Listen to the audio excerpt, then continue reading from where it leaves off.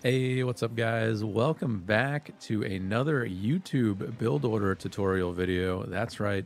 It's been a while since I've done one of these, and I really wanted to wait until like a really moderate amount of time has passed since the last balance patch, because as a lot of you know, there was a really big balance patch that came out in StarCraft 2, and specifically the Cyclone got changed, and the Cyclone is like one of the most early game kind of dependent units for Terran, so basically all of our openings got kind of messed up, and I really wanted to wait to make sure that I had a good read on the meta before I showed you guys how to do anything, because I don't want to just give you guys build orders that are going to get countered the next day. And this is honestly going to be a really fun one to start, because this is one of my favorites that I've developed. And this is going to be a TvT build order, and we're going to be opening up essentially just Cyclone Raven. And this is a very powerful build in the current meta. It does well against the kind of I'm going to go 3 Raven, 2 Raven, and just like attack you on 3 base kind of meta, which has been standard for so many years now. And yeah, I'll show you guys how to do this. I think it's a really fun build order. It's very safe. This game specifically I chose because it actually doesn't go well for me, but I still win this game like pretty decisively and easily, because I basically just stick to the plan. And the plan is really what I want to show you guys the most, because I'm going to set myself up in this game in a very specific way, so that like I basically have checkmated this guy before the game even like begins to end. And that might not make sense now, but I'll explain as we play here. So the opener, if you guys did miss it, it was just a standard 2-gas opening. You build the first gas after the barracks, and then you build the second gas after the first gas. And then we're going to build a factory here. And essentially what we're going to do is we're going to go 2 Reaper, and then we're going to go Cyclone out of the factory. And then once the 2 Reaper are done, we're going to build a reactor. And then we're going to swap these 2 guys after everything gets built. Something I want to mention here, just rewind a second.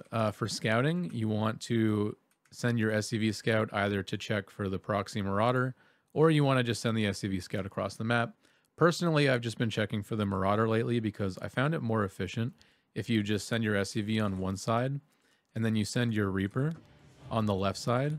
I find, oh look, I even rallied. So even look how I rallied the Reaper here. So this is checking for all the possible proxy Reaper locations. And of course, if your Reaper runs into a proxy, all you do is fall back, pull like maybe 4 SCVs, and then wait for your Hellion to come out. Once your Hellion's out, like, you're pretty much safe. And then you just got to play out the build order from there. I would just go Cyclone immediately if that happens to you guys. Sadly, I don't have an example game of me getting proxy Reapered for you, but it's basically the same as it's always been. Like, you just kind of stick to the plan. You still go Cyclone. You still get your command center as early as possible. So yeah, this game we do get our command center on location in the Nat. Our opponent tried to send his Reaper to scout. Do I get the Reaper kill? Ooh, as he goes up, I do. So that's nice. That's why I don't ever send the Reaper just across the map, by the way. That's why I personally just scout for proxies. It's not until I get the second Reaper that I move out, because when you just have one Reaper, like, it's really easy to not get any damage done and just get your Reaper sniped.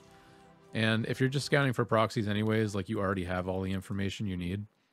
I'm just going to pause before we go in here just to look at the build order more. You do go starport and then depot, so you get the starport before the depot. The reason for that is you just want the starport as early as possible so that you can get the medevac early. And that's right, we are going medevac, so we're going to be doing a medevac Cyclone drop, something that's also been really in the meta lately because of just how strong it is. The reason it's strong is actually quite simple. The Cyclone now has basically no delay in between lock-ons. So when you drop a Cyclone and it locks onto an SCV, it'll kill the SCV and then immediately lock onto another SCV and then kill it and then lock onto another one. And if you have 2 Cyclones, it's like 2 SCV kills, 4 SCV kills, 6 SCV kills. Like, it happens really fast. So it's been really in the meta lately to do this. And it's a very defendable, like, you can defend very easily with this build. Like, if your opponent was going to be aggressive, you would have 3 Cyclones, 2 Reapers, and a medevac. Or you could even make a Viking instead of a medevac. It's up to you. Your options, like, you have a lot of options is what I'm trying to say. So we do go up here. We killed one of his Reapers already, and we see a Hellion. Tells us he's going Reaper Hellion, essentially. I do get an SCV kill because that's the reward for killing his Reaper. But that's basically all I'm going to be able to do. Once his Reapers come out, we're going to have to back away. Now this is the part of the game that actually goes poorly, and this is the thing that I would recommend you guys don't do, is don't actually move out with this Cyclone. Even if it looks good, and this game it did look good to me, because Reaper Hellion is not the scariest in the world, but if you don't have more than one Cyclone, then you're actually like still quite vulnerable, because this will die too quickly to just like a few units. So I would just leave the Cyclone here, and then maybe have one Reaper on the map for scouting, and then just one more Reaper at home. Or you could even just leave both Reapers at home after you've scouted. Like you could just go home. It's not really that important that you're on the map at this point. So I am gonna go try to do some damage. I think this is where it goes poorly. Like I think he does trade pretty well here. Just quickly back at home, you do get your gas geyser and your nat as quickly as you can. Preferably, I would have had this building a little bit earlier actually, but that's okay. And then we are going Cyclone Medevac, like I mentioned. So Cyclone comes in. I mean, I get a kill or two, right? Maybe not. That's why I wouldn't do this. Like, this game specifically, it felt like I could trade better than this, but I couldn't at all. And now he's actually got, like, a lot of Reaper Hellion coming at me. But this is where I wanted to, like, point out the most to you guys, is, like, this is why the build is safe. Because you're building 2 Cyclones at a time now, as opposed to 1 Cyclone at a time, because you can put that on the reactor. And that's such a huge buff to early game to be able to build 2 of these at a time. Like, there's basically nothing he can do. Even if I had taken the worst trade ever, like, I'm still going to have, like, 4 Cyclones in another, like, 20 seconds or so. And this game I waited to drop because I was, like, under the impression that he was going to show up. But then he didn't show up, so I loaded up the medevac. And then I ran into him, so I was like, oh, shit, drop micro. Eventually, I would have traded well there, but I mean, he realizes not to trade at all and he backs away, so kind of an anticlimactic moment. I think I'll repair these before I move out again. And then you get a tech lab for the starport, and then you start going Raven. You get the Raven upgrade. As long as you get this gas geyser on time, then the gas actually works out here. You just keep building 2 Cyclones at a time, and you're good to go. This is going to go scout for us. It's going to let us know what our opponent's plan is. And then back at home, when we get 400 minerals, which is going to be at around the 5-minute mark, we're going to slap down our 3rd base, which will set us up very nicely for the mid-game. So you want to be careful with this medevac, by the way. Your main priority here is scouting. This Terran was actually really set up for this. So well played to him. I'm just going to pop in here, kill 2 Marines, leave. Not going to mess around too much. Again, back home, I'm honestly just building depots at this point, waiting for my command center to finish now. I think maybe I'll swing around and see if I can get in the nat here. Oh yeah, we find some more damage. This is that strength that I was talking about. Like we're able to kill like small groups of units so quickly. Like just a couple Marines, a couple SCVs here and there. Like that's why this build is strong right now. And keep in mind, you don't have to go medevac. Like you could have made a Viking instead of a medevac, and you could have like played more defensively, because sometimes you can just predict that your opponent's going to go for the Cyclone drop. So if you build a Viking, you can just like hard counter it. So I do send 1 Cyclone out to scout. That's always good to send scouting units out like that. I think I'm just going to be chilling here for a moment. Pretty soon I'm going to be moving out though. I do build 2 more factories. This is also the next step in the build order, is to build 2 more. You want to essentially build 4 Ravens. So the timing for the factories are when the 4th Raven is building. That's around the time that you want the factories to also be building, because you're going to swap them for the 2 tech labs. The barracks helped out, obviously. So now we're going to move out. I should be splitting up my army here. You want to, like, something really important when you move out here, you want to essentially send some units down every attack path, like the left, the right, the middle. Because you don't want some Reapers to catch you off guard or anything silly like that. And you want to be able to secure your 3rd base safely. I should be floating it right now. I hope I do that soon. So when you swap these factories, by the way, the first upgrade that you're going to get is going to be the Cyclone speed upgrade, which is a very important upgrade to get. It makes this a hell of a lot stronger. Because the Cyclone actually, I don't know if it's double the speed, but it feels like double the speed. Like, it's a very significant improvement. So we're going to swap those. I'm going to build a reactor on the starport. And that's going to be so that we can build Vikings. And how this is going to work, I'll pause again here. This is going to work essentially like this. When the upgrade for this is around done, you want to swap producing, you want to stop producing Cyclones, and you want to start producing siege tanks. And you also don't want to produce any Cyclones out of the reactor anymore. You want to start producing Hellions out of the reactor. If they go bio. If they go mech, you can keep building Cyclones, obviously. But versus a bio opening like this, you want to go into Hellion production. So I will eventually cut Cyclone production here. And then we're going to set ourselves up. We scan our opponent. We see that he's playing standard. He's got his tanks. He has his ravens.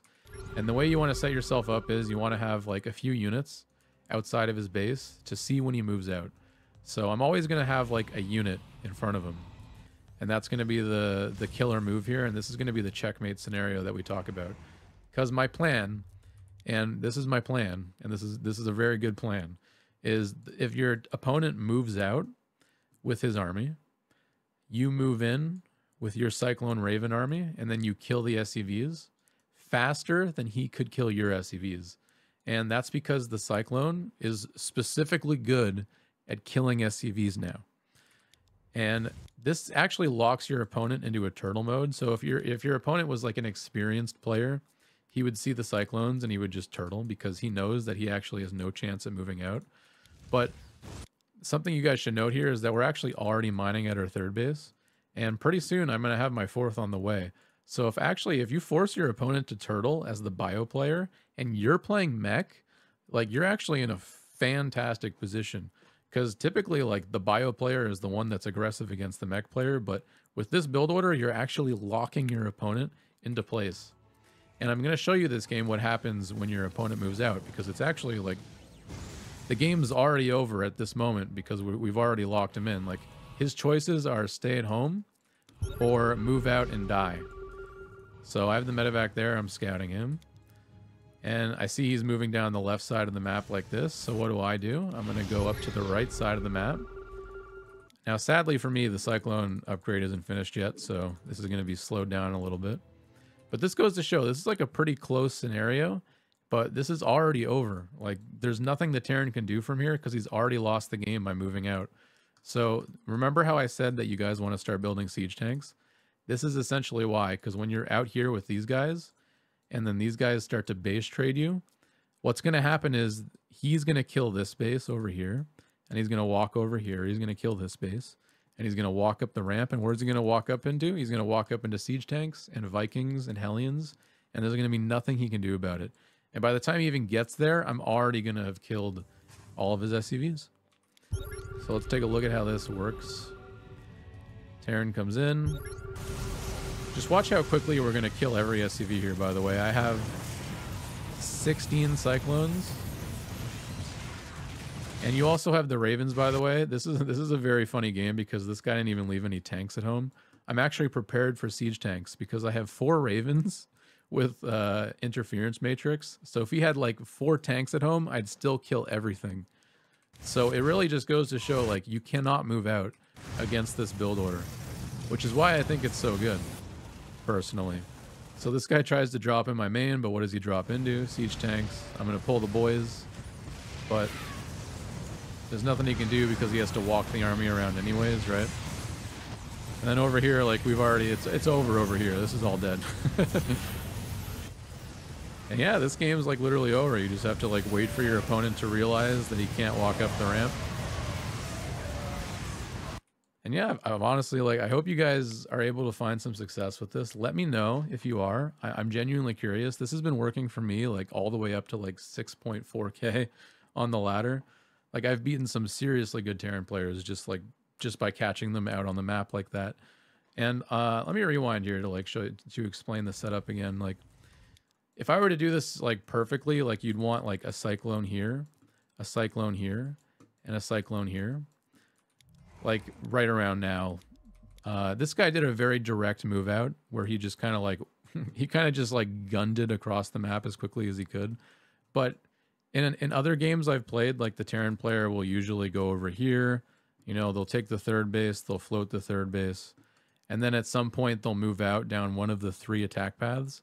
So you guys want to make sure, like, if the game goes on later, like, make sure you have a Cyclone here, a Cyclone here, and a Cyclone here.